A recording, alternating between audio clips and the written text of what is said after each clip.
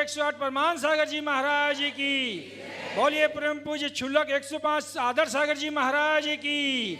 मुनि संघ की। छत्तीसगढ़ शासन के राज्य अतिथि एवं हमारे परम पूज्य 108 परमान सागर जी महाराज कुनकुरी में विराजमान हैं और उनकी धर्म प्रभावना बढ़ रही है हम लोगों की। मुनिश्री के एक सोच गुणायतन की ओर, जो सम्मेद शिखर से जहाँ से हमारे 20 तीर्थंकर भगवान मोक्ष पर गए थे, उसकी तलहटी पर एक गुणायतन का निर्माण हो रहा है। उस गुणायतन निर्माण में पूरे भारतवर्ष से पूरे विश्व के लोग उससे जुड़कर उस निर्माण कार्य को पूरा करने में अपना पूरा योगदान दे रहे हैं। आज भी कुछ हमारे गुणायतन परिवार में लोग जुड़े हैं, जिनमें सरवन दान दिए हैं श्रीमती विजया धन्य कुमार बेंगलोर। एक बार तालियों के गड़गड़ाहट से उनका सम्मान करते हैं। और निर्माण सारथी के रूप में जुड़े हैं डॉक्टर शरद कुसुम थोरा, डॉक्टर अंकित, डॉक्टर आकांक्षा थोरा, रिधान थोरा, इंदौर। उनके लिए भी हम सब ताली पर बजाकर उनका सम्मान कर रहे हैं। और निर्माण निधि से ही हमारे कुनकुरी के कमल कुमार गंगवाल जी परिवार भी जुड़ा है, उनको भी हम तालियों के सम्मान से सम्मान कर रहे हैं। और कमल जी से अनुरोध करता हूँ आए और मुनिश्री के चरणों में आगे बढ़ो करें। हम सबों के शंका समाधान के माध्यम से पूरे प्रतिदिन शंका समाधान दूर हो रही है। पूरे विश्व के लोग अपनी शंकाएं दूर कर रहे हैं। मुनिश्री के चरणों में हम सब त्रिवार नमोस्तु करते हैं कि मुनिश्री आज की शंका का अनुमति दें। नमोस्तु भगवान, नमोस्तु भगवान, नमोस्तु मुनिराज। अब हम सब मुनिश्री के श्री चरणों में नमोस्तु करने के पश्चात आज के शंका समाधान का पहला प्रश्न लेके आ रही हैं सपना काला कुनकुरी। तैयार रहेंगी उषा पाटनी। गुरुवर के चरणों में मेरा त्रय बार नमोस्तु नमोस्तु नमोस्तु। क्षुल्लक महाराज जी के चरणों में इच्छामी वंदना भैया जी। गुरुवर, मनुष्य की सोच भी कितनी विचित्र है। प्रार्थना करते वक्त तो वह सोचता है कि भगवान सब सुन रहे हैं, निंदा करते वक्त वह क्यों भूल जाता है। तो गुरुवर, मेरा यह प्रश्न है कि हम अपने मन को कैसे संभालें। बहुत अच्छा सवाल है। प्रार्थना करते वक्त लगता है भगवान सब सुन रहे हैं और निंदा करते वक्त सब भूल जाता है। यही मनुष्य के जीवन का दोहरापन है।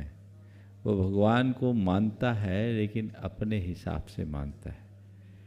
यही भूल जब तक बनी रहेगी तब तक जीवन ऐसा ही बना रहेगा। निंदा करते समय भी अगर हमें ऐसा समझ में आने लगे कि भगवान सुन रहे हैं तो बदल जाएगा। हमारी एक दुर्बलता इसके पीछे ये भी है कि हमने भगवान को मंदिरों तक सीमित मान रखा है। हम यही सोचते हैं कि हमने भगवान को मंदिर में बिठा रखा है, मंदिर ही भगवान का घर है, तो जो बोलना है भगवान को सुनाओ और मंदिर से बाहर आने के बाद भगवान को भूल जाओ, क्योंकि भगवान तो मंदिर में बंद है। जिस दिन ये विश्वास बदलेगा और हमारे मन में ये बात बैठेगी कि मंदिर में विराजमान भगवान केवल मंदिर में नहीं है, कण कण में है, सब तरफ भगवान की दृष्टि है, भगवान सब देख रहे हैं और सुन रहे हैं, जीवन की धारा बदल जाएगी। उषा जैन पाटनी। तैयार रहेंगी कीर्ति काला।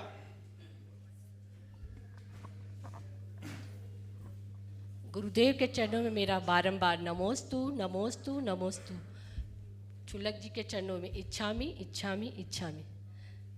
मेरा प्रश्न यह है गुरुदेव, धर्म वॉशिंग पाउडर की तरह नहीं कि पहले इस्तेमाल करें फिर विश्वास करें, अपितु धर्म तो बीमा कंपनी जैसी है, जिंदगी के साथ भी तो जिंदगी के बाद भी। तो गुरुदेव, धर्म का उपयोग हमें किस तरीके से करना चाहिए, कृपया इसका समाधान। बहुत अच्छा वाक्य जिनका वाक्य है, दोनों विज्ञापन के वाक्यों का बहुत अच्छा उपयोग किया है। धर्म वॉशिंग पाउडर की तरह नहीं कि पहले इस्तेमाल करे फिर विश्वास करे। धर्म बीमा कंपनी की तरह है, जिंदगी के साथ भी और जिंदगी के बाद भी। बस इस वाक्य को आत्मसात कर लो, धर्म करने की प्रेरणा अपने आप मिल जाएगी, फिर अधिक कुछ कहने की आवश्यकता और अपेक्षा ही नहीं रही। कीर्ति काला। तैयार रहेंगी शिल्पा रारा। महाराज श्री के चरणों में मेरा त्रय बार नमोस्तु। क्षुल्लक जी के चरणों में इच्छामी, भैया जी वंदना। महाराज श्री, मेरा प्रश्न यह है कि आजकल बच्चों को घरों में सारी सुख सुविधाएं प्राप्त हैं, तो ऐसे में हम उन्हें संसाधनों की कीमत कैसे समझाएं और उन्हें कम सुख सुविधाओं में भी जीना कैसे सिखाएं? मेरे संपर्क में एक सज्जन है, बड़े धनपति। उन्होंने अपने बच्चे को साधारण स्कूल में भर्ती कराया, जहाँ एसी की सुविधा नहीं थी, और घर से पैदल बस तक छोड़ने आए और नॉन एसी बस में सफ़र कराया। जिसके घर में सारी लग्जरी गाड़ियाँ हैं, वो व्यक्ति अपने बच्चे को सामान्य से बस में छोड़ रहा है, साधारण से स्कूल में पढ़ा रहा है। उससे किसी ने पूछा कि तुम्हारे पास इतने सुख साधन हैं, फिर बच्चे के साथ ऐसा क्यों? उन्होंने जो जवाब दिया वो आप सबको ध्यान रखने योग्य है। उन्होंने कहा, मेरे पिता बड़े गरीब थे और मैं इस स्कूल में पढ़ा जहाँ घर से फट्टी लेके जाता था, बोरे पे बैठ के पढ़ा। आज मेरे पास पैसा है, सुख साधन है, माना, लेकिन कोई जरूरी नहीं कि कल मेरे बेटे के पास भी पैसा रहे। मैं चाहता हूं कि कहीं कोई परिस्थिति बिगड़े और मेरे बेटे के पास पैसा ना हो तो मेरा बेटा खस्ता हाल ना हो, वो कष्टों को सहने की सामर्थ्य अपने अंदर रख सके। इसलिए मैं अभी से उसे इस तरीके से तैयार कर रहा हूं। शिल्पा राणा, मान रहा हूं प्रेशर आप पर ज़्यादा है, लेकिन मेरा कहना है कि सुख साधन होना अलग है, पर बच्चों को ज़्यादा सुखिया बनाना मेरे ख्याल से बच्चों के भविष्य के साथ खिलवाड़ करना है। आजकल की जितनी जो है ना नई मम्मियाँ, मैं उनसे कहना चाहूँगा, वे अपने बच्चों के प्रति ज़्यादा सक्रिय रहती है। हर बात में किसको ऐसा ना हो जाए, ऐसा ना हो जाए, ऐसा ना हो जाए, उसका ओवर ख्याल। मैं कहता हूँ ऐसा करने वाली माँ कहीं कहीं उसकी शत्रु बन रही है। उसके रेजिस्टेंस पावर को डेवलप ही ना होने दे, प्रकृति के साथ जूझने की शक्ति ही विकसित ना होने दे, प्रकृति के साथ सामंजस्य बनाने की सामर्थ्य विकसित ना होने दे, तो बच्चा आगे क्या करेगा? वो पोंगा रह जाएगा। इसलिए बच्चों को थोड़ा खुलने और खिलने का अवसर दो, उसे पकाओ। जो सहता है वही समर्थ बनता है। कष्ट सहिष्णुता का पाठ अगर संतान को पढ़ाया जाए तो आगे चल कर के वो बहुत विकसित हो सकते हैं। तो सुख साधन होना अलग बात है, और बच्चों के लिए एकदम हाथ खुला छोड़ देना अच्छी बात नहीं है। उससे उनकी आदतें भी बिगड़ सकती है और शारीरिक मानसिक स्थितियां भी बिगड़ती। नमोस्तु। शिल्पा राणा तैयार रहेंगी। मीना बड़जात्या, वैशाली नगर, भिलाई। गुरुदेव के चरणों में त्रैबार नमोस्तु नमोस्तु नमोस्तु। इच्छामी छुलक जी, वंदना भैया जी। गुरुदेव, संतुलित तरीके से बोलना और मौन रहना दोनों बहुत ज़रूरी है, क्योंकि कीमत दोनों की चुकानी पड़ती है, बोलने की भी और मौन रहने की भी। गुरुदेव, हम कैसे निर्धारित करें कि कब बोलना है और कब मौन रहना है? देखो, कब बोले और कब मौन रहे।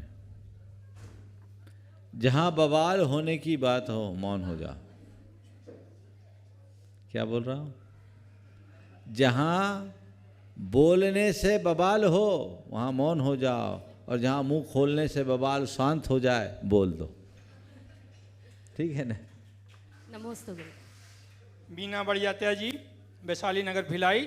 तैयार रहेंगी अनीता पाटनी, कुनकुरी।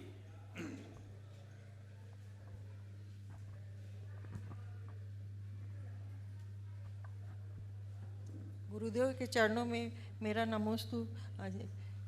छुल्लक जी के चरणों में इच्छामि इच्छामि। गुरुदेव, मेरा प्रश्न यह है कि कोई गंभीर बीमारी का शिकार हो और उपचार के लिए पैसे नहीं हो, क्या धन के अभाव में मरण को प्राप्त हो जाएगा या आयु के क्षय से मरण को प्राप्त होता है? धन मरते हुए को बचाने का सामर्थ्य रखता है? देखो, अगर कोई व्यक्ति गंभीर रूप से बीमार है और उसके पास धनाभाव है, तो धनाभाव उसके पास है, समाज के पास नहीं। आज के टेक्नोलॉजी के युग में हमें ऐसे व्यक्ति को की जानकारी उसके प्रतिष्ठा को बचाते हुए आमजनों को देना चाहिए और समाज को ऐसे लोगों के लिए तन मन सहन से सहयोग देना चाहिए, और देते भी हैं। अगर किसी भी सामाजिक बंधु के ऊपर इस तरह की कोई स्थिति होती है तो मैं समझता हूँ कि अर्थाभाव उसके इलाज में कारण बाधक नहीं बनता। लोग 100 हाथ आगे बढ़ा करके उसका सहयोग करते हैं। लेकिन मैं आपके सवाल की दिशा को थोड़ा मोड़ते हुए कह रहा हूँ कि पर्याप्त पैसा हो तो भी व्यक्ति बचे, ये कोई ज़रूरी नहीं है। उत्तम से उत्तम चिकित्सा भी व्यक्ति के प्राण बचाने में कारण नहीं बनती। प्राण तो व्यक्ति की आयु के रहने पर बचता है। अगर आयु है तो तुम्हें कोई हिला नहीं सकता, और आयु पूरी हो जाए तो कोई झिला नहीं सकता। इसे गांठ में बांध के रखो और उसी अनुरूप। अनीता पाटनी तैयार रहेंगी। अन्नू बढ़ियात्या। नमस्तु महाराज जी, इच्छामि छुल्लक जी। मनुष्य को भरी जेब कई गलत रास्तों में ले जा सकती है और खाली जेब बहुत सारी चीज़ों का मतलब सिखा देती है। इसका समाधान बताइए। बिल्कुल अच्छा वाक्य है। भरी जेब कई गलत रास्तों पर ले जा सकती है और खाली जेब चीज़ों का महत्व समझा सकती है। देखिए, जब जेब भरी होती है तो मनुष्य के सामने कोई मर्यादा नहीं बचती, कोई लिमिट नहीं रहती। वो चाहे जो चाहे जिधर चाहे जैसे पैसे को बहा सकता है, यदि उसकी विवेक बुद्धि असंतुलित है तो। और जब जेब खाली हो और कोई चीज़ ज़रूरी हो तो उसे समझ में आता है चीज़ों का महत्व कैसा है। तो जिन्होंने भी ये वाक्य कहा है उनका ये वाक्य बहुत बोधप्रद है और हमें सीखना चाहिए। और थोड़ा सा संशोधित करते हुए मैं कहूँगा, जब जेब भरी हो तब भी यदि हम चीज़ों के महत्व और उपयोगिता को समझकर काम करें तो हमारी जेब कई खाली जेब का उद्धार करने में कारण बन सकती। अन्नू बढ़ियात्या तैयार रहेंगे। प्रकाश चंद जी रारा साहब, हमारे उपाध्यक्ष जैन समाज कुनकुरी।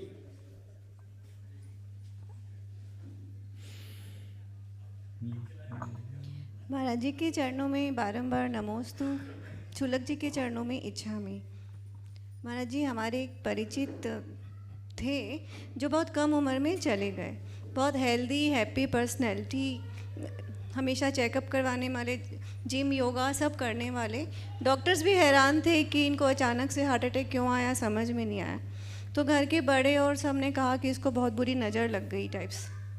तो महाराज जी, ऐसा होता है क्या? किसी की बुरी नज़र हमारा अहित कर सकती है क्या?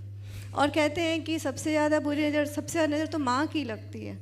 जैसे कहते हैं हम बच्चा अच्छे से खाना खा ले तो आज मेरा बच्चा अच्छे से खाना खा लिया, आज प्यारा दिख रहा है, ये वो तो नज़र लग जाती है उसकी। तो माँ की नज़र तो बुरी नहीं होती। समाधान करिए। देखिए, नज़र बुरी होती है नहीं, पर नज़रिए का असर तो मैंने देखा है। समझ गए? तो नज़र के विषय में तो कई तरह की दृष्टियां हैं। कई लोग इसे अंधविश्वास भी मानते हैं, लेकिन नज़रिया के विषय में कोई दो राय नहीं। चीज़ों को देखने का जैसा नज़रिया हो, हमारा जीवन वैसा बनता है। इसलिए हम हमेशा अच्छे नज़रिए से चीज़ों को देखने की कोशिश करें। आपने जो बात अभी कही, हृष्ट पृष्ठ व्यक्ति की असामयिक मृत्यु या आकस्मिक मृत्यु क्या किसी के नज़र लगने से हो सकती है? इसे एक संयोग के रूप में भी देखा जा सकता है। हम लोग 1988 में ललितपुर से आ रहे थे जबलपुर की ओर।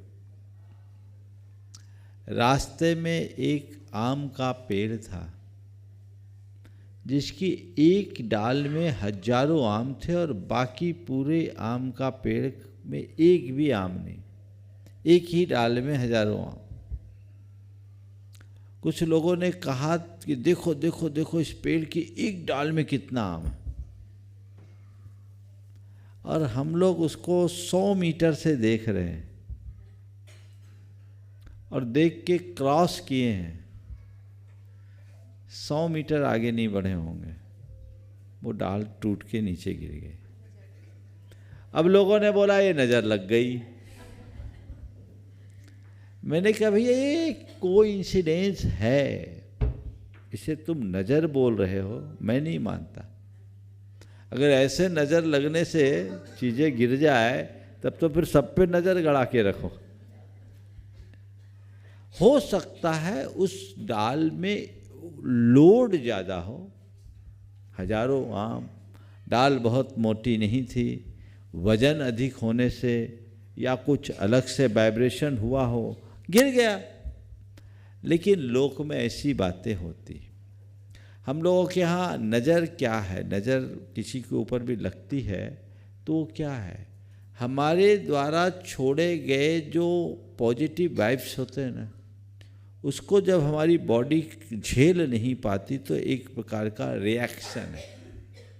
तो जो हमारे शुभ चिंतक हैं वो शुभाशंसा करे तो उससे हमारे शरीर में जो उनके द्वारा प्रक्षिप्त ऊर्जा है उसे हमारा शरीर स्वीकार नहीं कर पाता कभी कभी।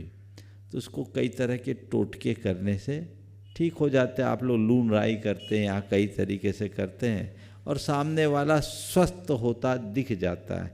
थोड़ी देर पहले शरीर में फीवर है, भूख नहीं लग रही, नींद नहीं आ रही, अनमनापन हो रहा है, सिर भारी हो रहा है, और इधर किया मामला ठीक। तो इसका मतलब क्या हुआ, जो ऊर्जा की धार थी उसे परिवर्तित कर दिया गया।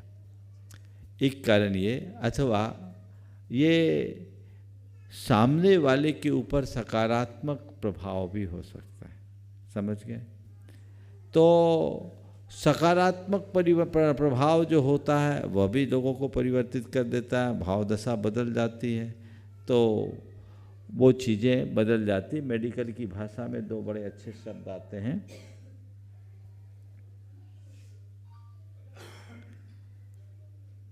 कौन सा, अच्छा भूल रहा हूँ, बहुत अच्छा है, मैं अक्सर प्रयोग करता हूँ,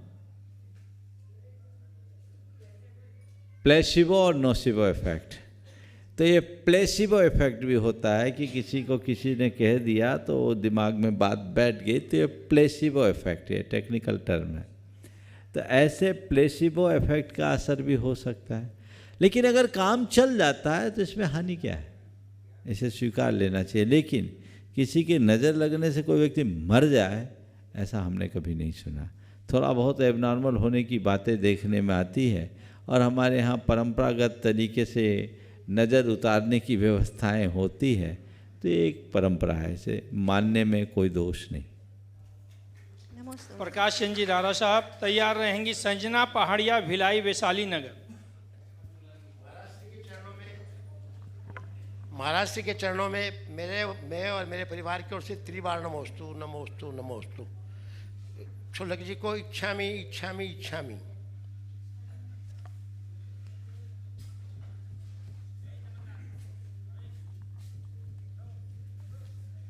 आपके सामने खड़ा होना था इसलिए मैं आज खड़ा हो गया।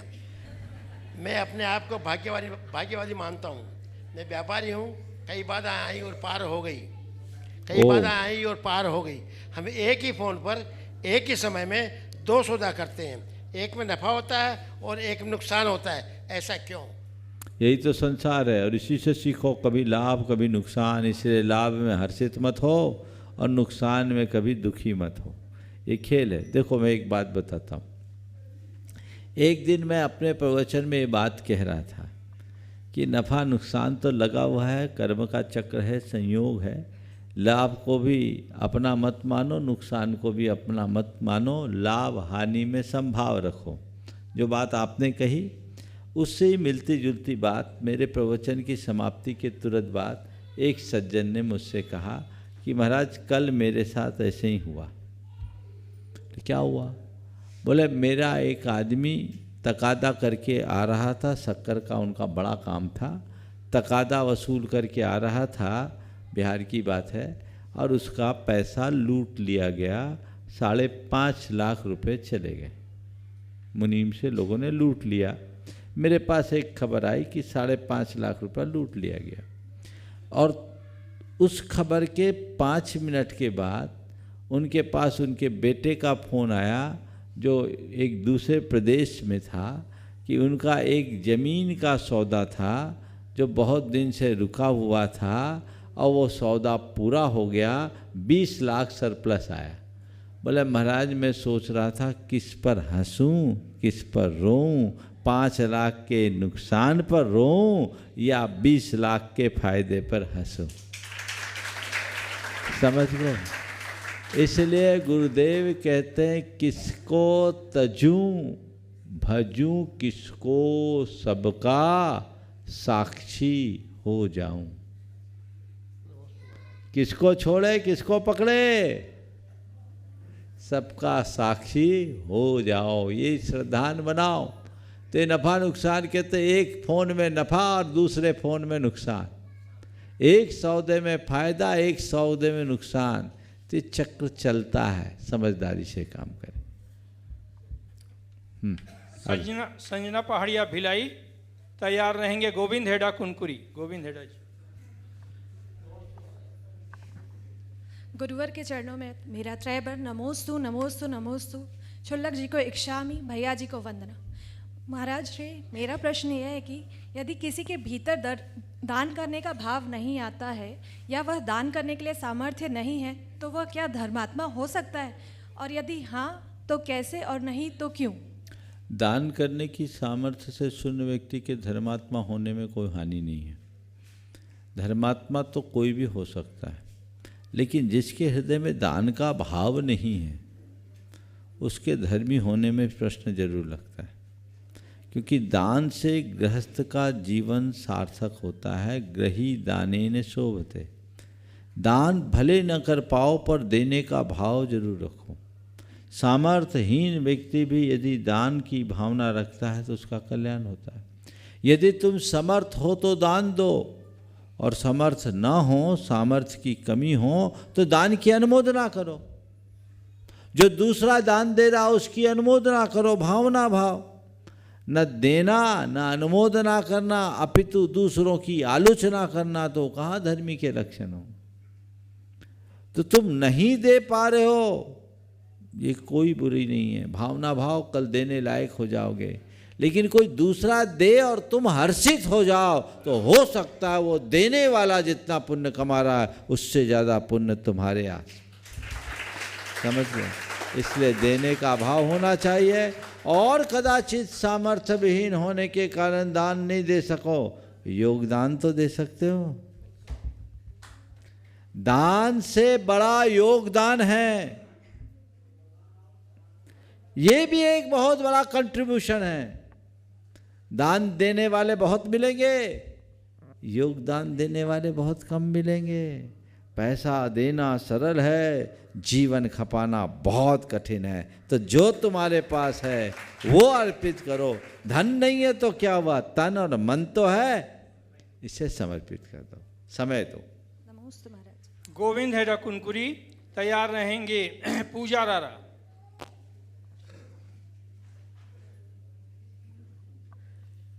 मुनिवर के चरणों में नमोस्तु नमोस्तु नमोस्तु। क्षुल्लक जी के चरणों में इच्छामि इच्छामि इच्छामि। मुनिवर जी, कल सुबह के सत्र में आपने कहा था कि विचारों के अनुसार संसार बदलता है। कुछ चिलम और घड़े का उदाहरण देते हुए बताया। तो मुनिवर जी, लौकिक जगत में या व्यावसायिक जगत में पुरुषार्थ की प्रचंडता से सफलता मिलती है, और व्यवहारिक जगत में कुछ लोग ऐसे हैं मुनि जी की उनकी अनुकूलता हासिल करने के लिए अनुनय विनय करना पड़ता है या उनके तारीफ़ों के पुल बांधना पड़ता है, जिसको कि मस्का पालिश भी बोलते हैं, तब उनकी अनुकूलता प्राप्त होती है। और कुछ ऐसे भी सज्जन लोग हैं, देवीय गुणों से संपन्न लोग हैं, जो कि अहेतुकी कृपा भी करते हैं। मैं कई लोगों की अहेतुकी कृपा से लाभान्वित हुआ हूँ। उनमें से कुछ लोग यहाँ भी बैठे हुए हैं, लेकिन नाम लेने से उनको संकोच होगा, इसलिए नाम नहीं ले रहा हूँ।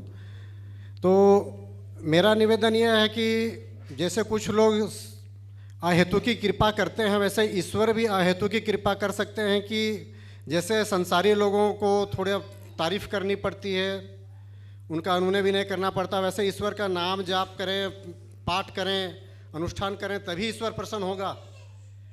कि स्वतः स्फूर्त ईश्वर प्रसन्न नहीं होगा। यदि हम अच्छा सात्विक और सच्चा चरित्र लेकर चल रहे हैं, किसी का अहित नहीं कर रहे हैं, और मान लीजिए नाम जप और अनुष्ठान नहीं भी कर रहे हो, तो ईश्वर प्रसन्न नहीं होगा क्या?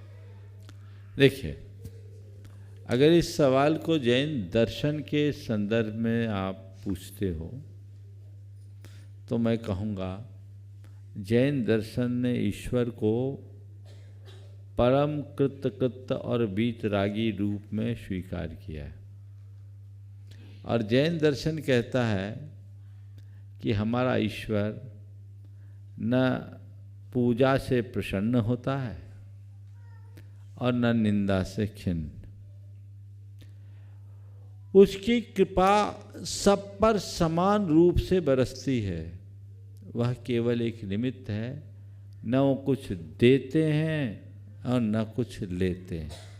हाँ, हम फिर भी भगवान की पूजा भक्ति करते हैं तो हमारे भाव विशुद्ध होते हैं, और हमारी भाव की विशुद्धि से चित्त में जो प्रसाद उत्पन्न होता है वह पुण्य बनकर हमारे बिगड़े काम को बनाने में सहकारी बन जाता है।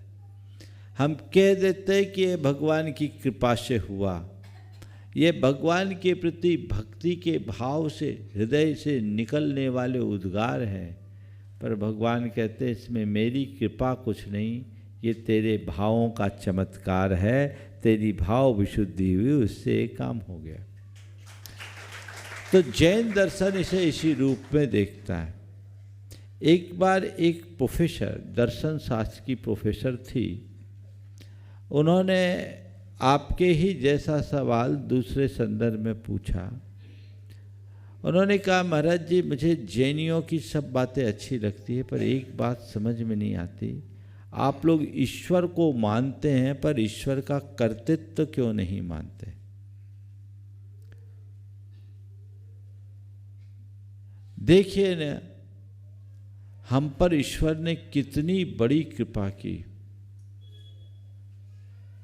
मेरे पति की दोनों किडनियां खराब हो गई थी, ईश्वर ने ठीक कर दी।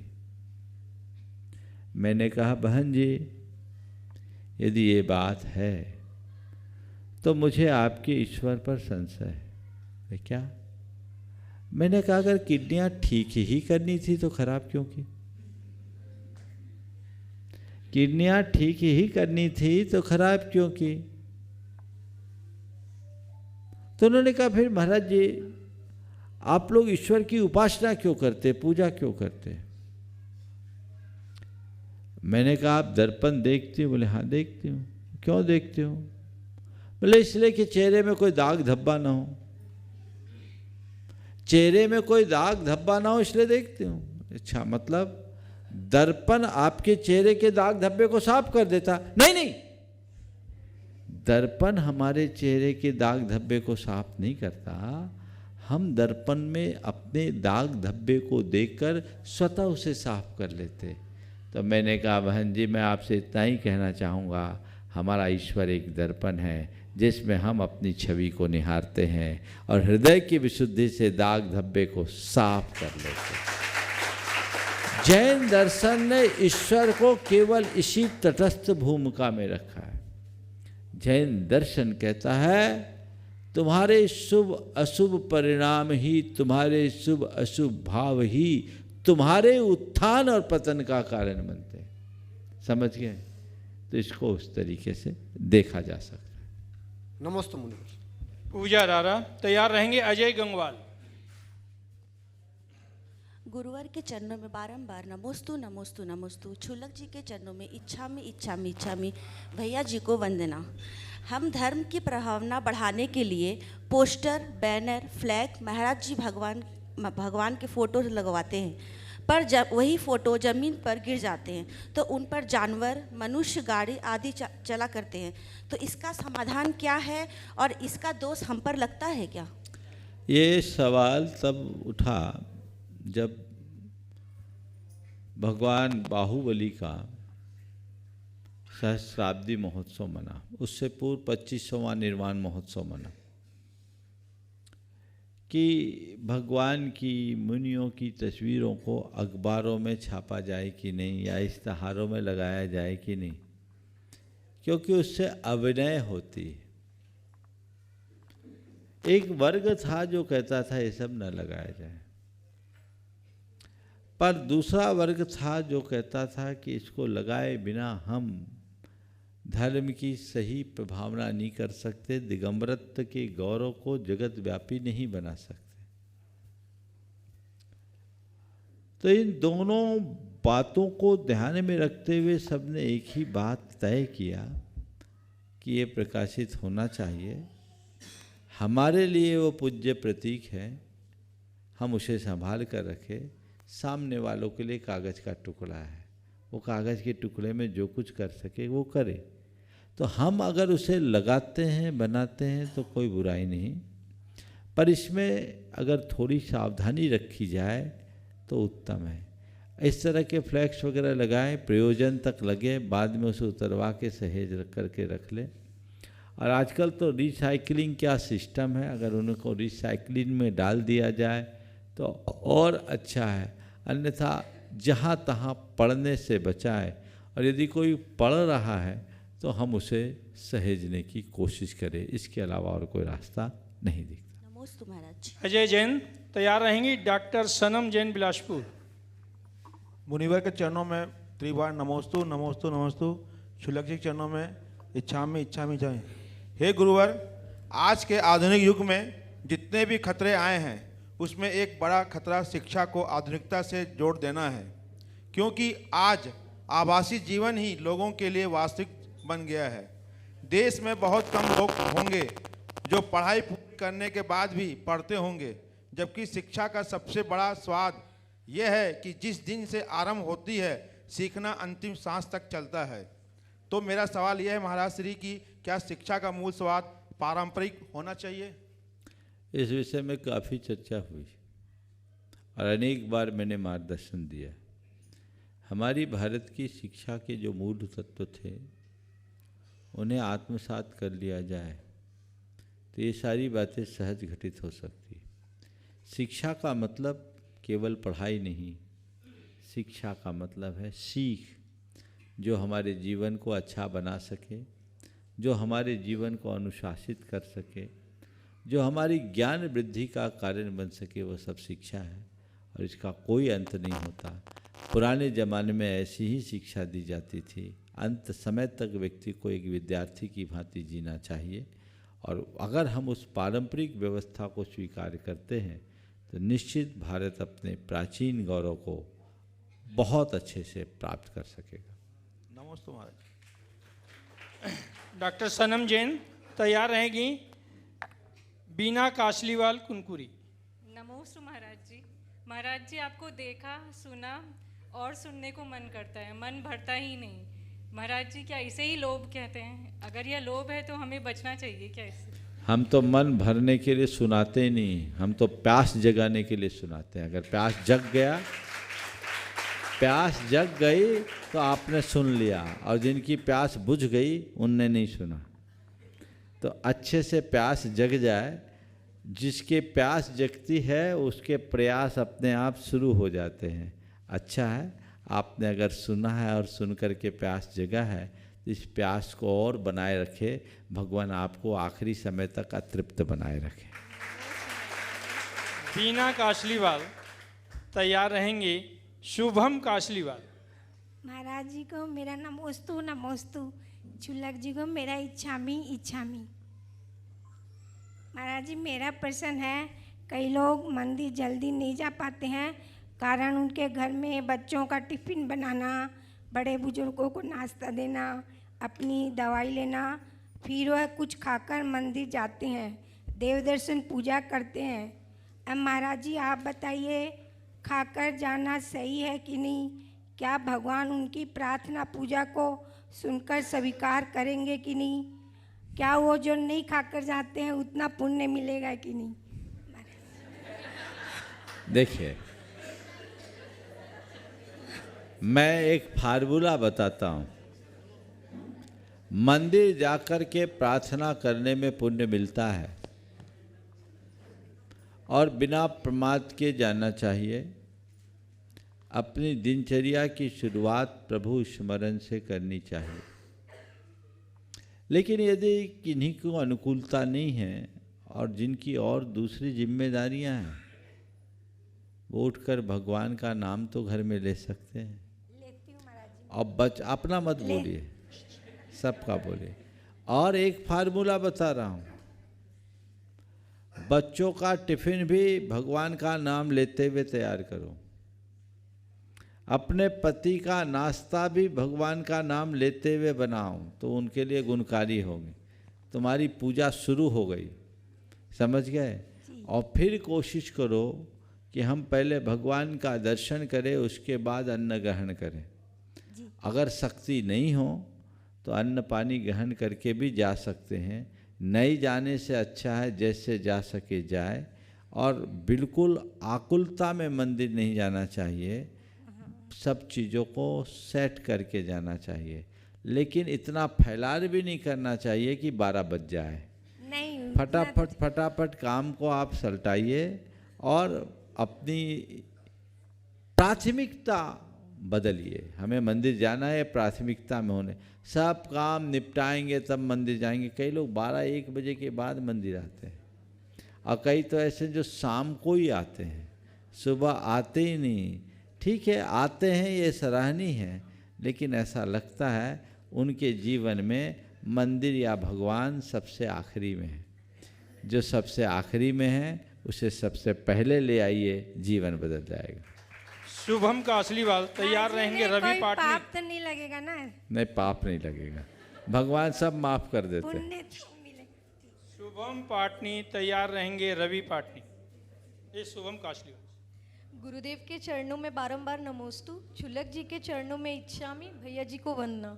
महाराज जी, जो मैं प्रश्न पूछने जा रही हूँ वो मेरे दीदी जीजा जी जयपुर से अंकित नेहा गोधा ने किया है कि शाकाहार में रक्त को मांसाहार माना गया है। फिर जब हम बीमार होते हैं और हमको किसी दूसरे का रक्त लेना पड़ता है तो वह हम अपने मुख के द्वारा नहीं, शरीर से लेते हैं।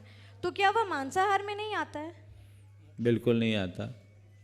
हम उसका भक्षण नहीं करते।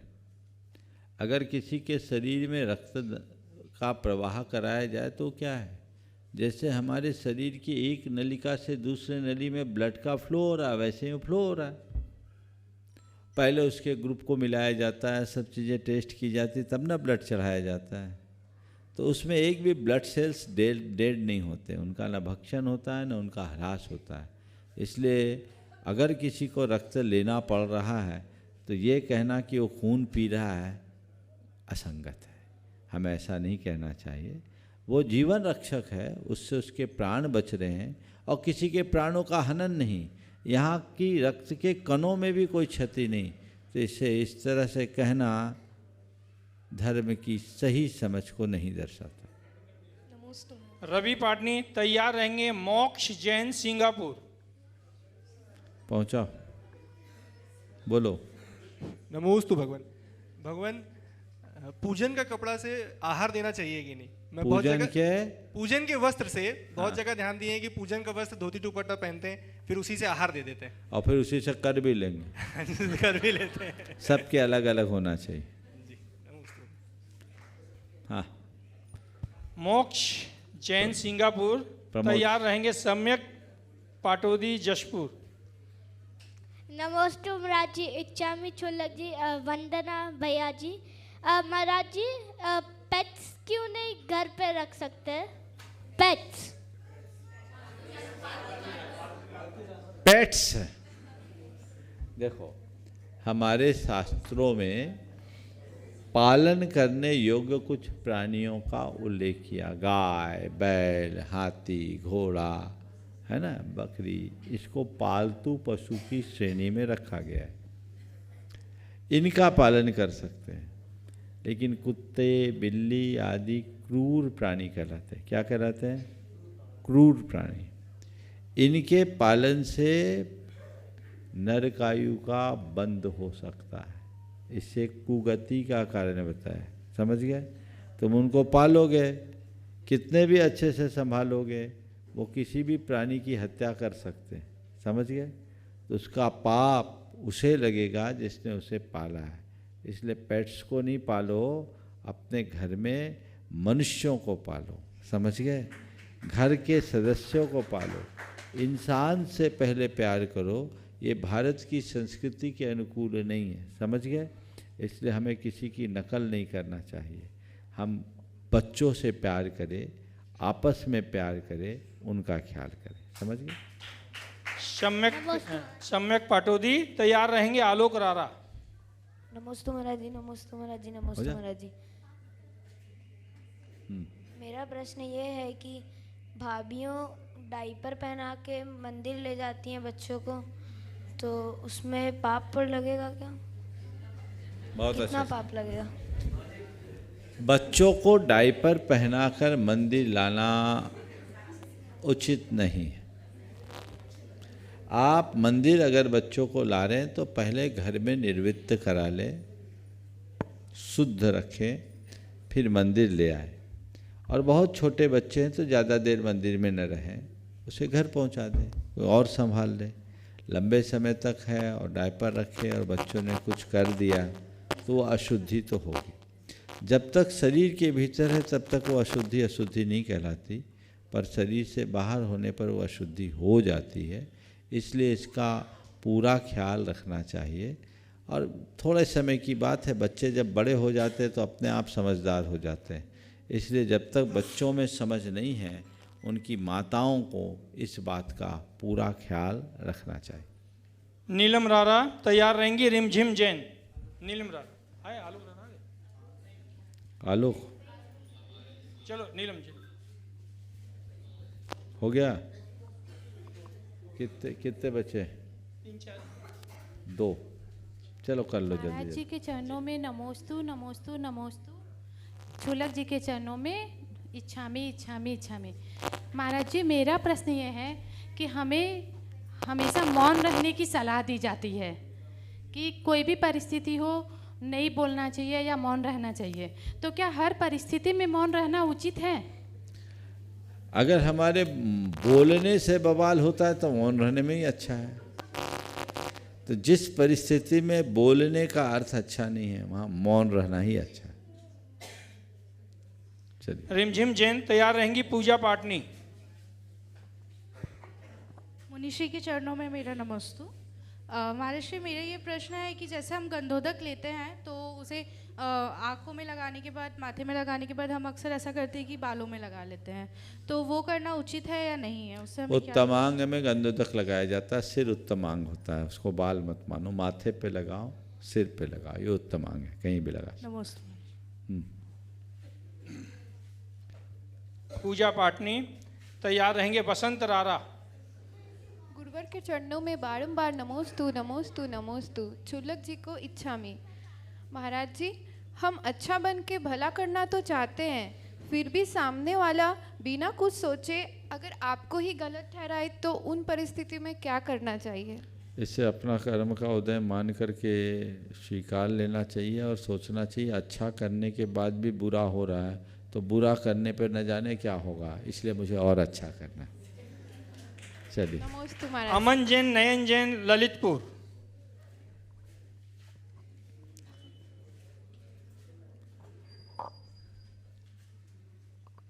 परम पूज गुरुदेव के चरणों में बारंबार नमोस्तु नमोस्तु नमोस्तु।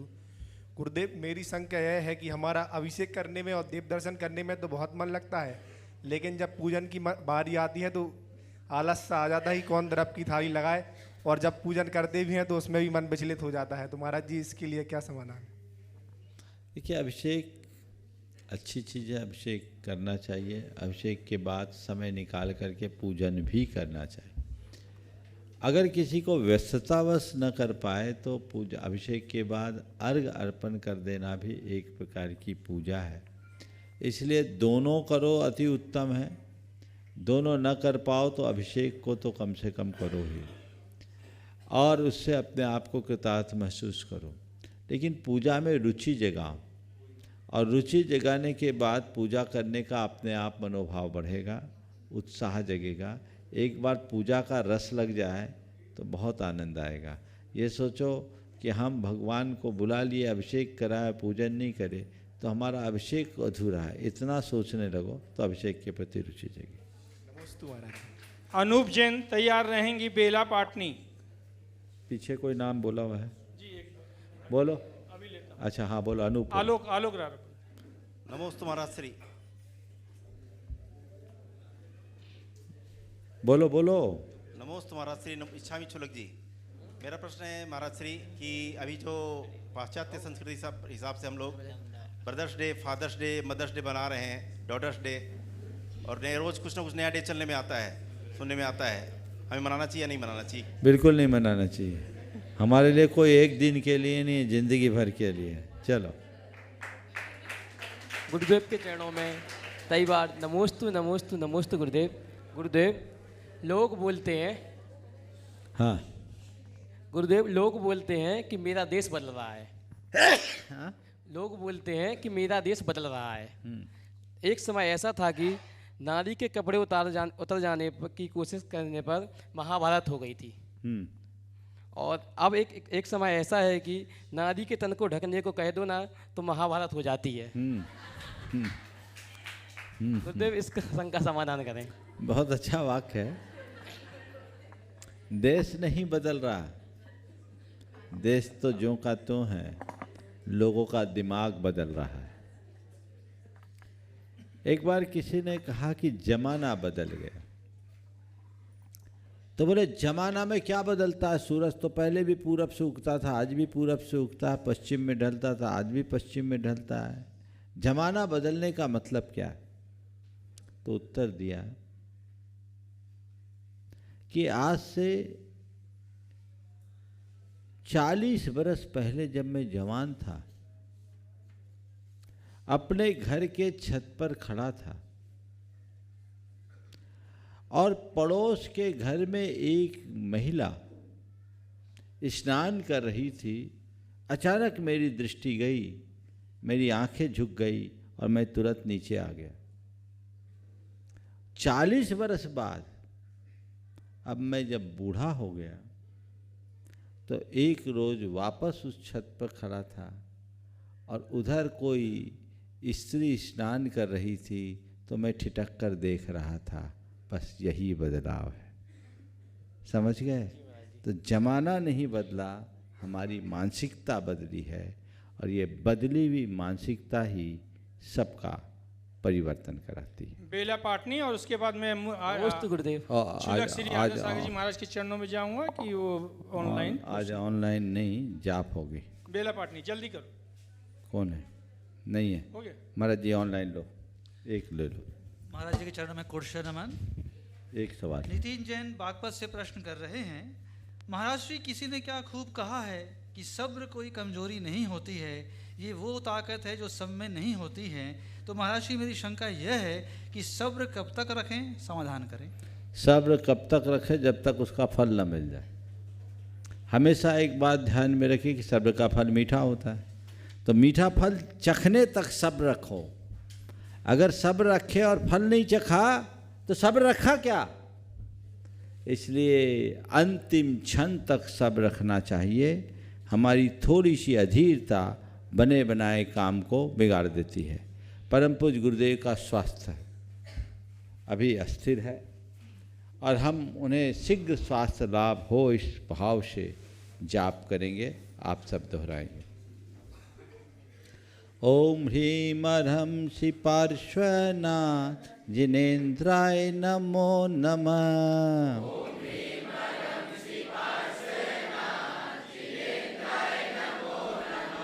ओम ह्रीं अर्हं श्री पार्श्वनाथ जिनेन्द्राय नमो नमः। ओम ह्रीं अर्हं श्री पार्श्वनाथ जिनेन्द्राय नमो नमः। ओम ह्रीं अर्हं श्री पार्श्वनाथ जिनेन्द्राय नमो नमः।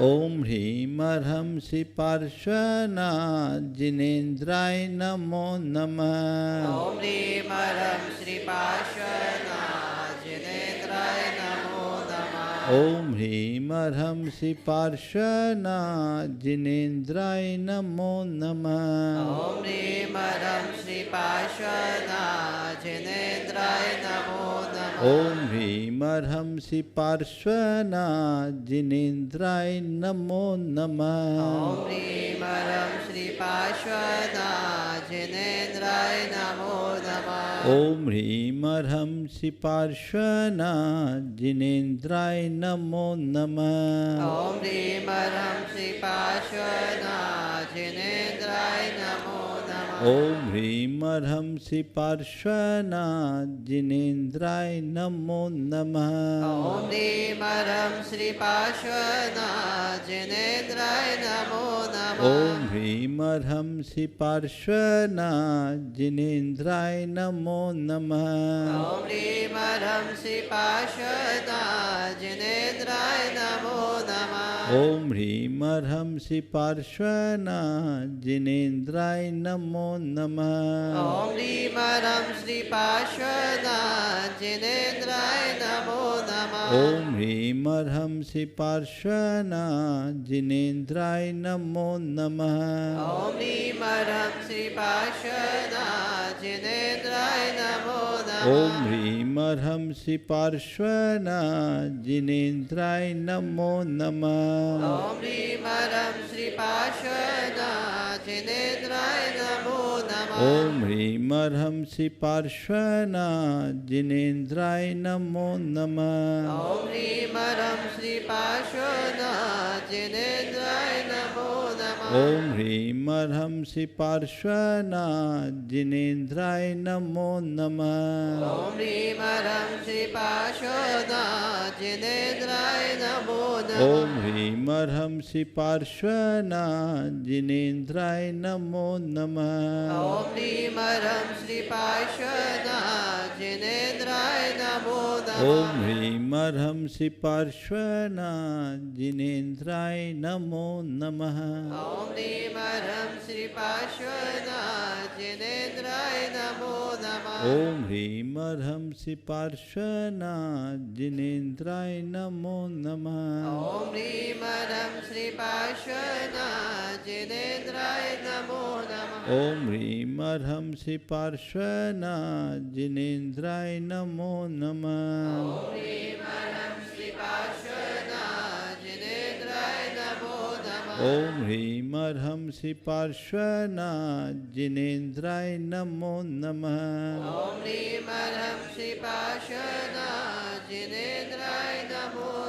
ओम ह्रीं अर्हं श्री पार्श्वनाथ जिनेन्द्राय नमो नमः। ओम ह्रीं अर्हं श्री पार्श्वनाथ जिनेन्द्राय नमो नमः। ओम ह्रीं अर्हं श्री पार्श्वनाथ जिनेन्द्राय नमो नमः। ओम ह्रीं अर्हं श्री पार्श्वनाथ जिनेन्द्राय नमो नमः। ओम ह्रीं अर्हं श्री पार्श्वनाथ जिनेन्द्राय नमो नमः। ओम ह्रीं अर्हं श्री पार्श्वनाथ जिनेन्द्राय नमो नमः। ओम ह्रीं अर्हं श्री पार्श्वनाथ जिनेन्द्राय नमो नमः।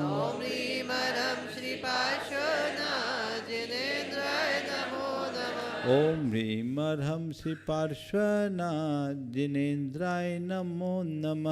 ओम ह्रीं अर्हं श्री पार्श्वनाथ जिनेन्द्राय नमो नमः। ओम ह्रीं अर्हं श्री पार्श्वनाथ जिनेन्द्राय नमो नमः।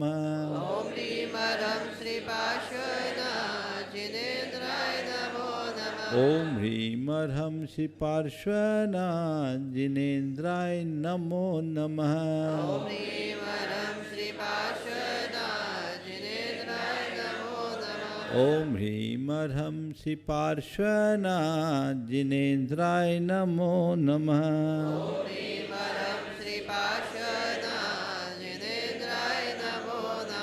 जय बोलो चिंतामणि श्री पार्श्वनाथ भगवान की जय जय परम जय। पूज्य आचार्य गुरुवर श्री विद्यासागर जी महाराज की जय। मुनि श्री प्रमाण सागर जी महामुनि राज की जय।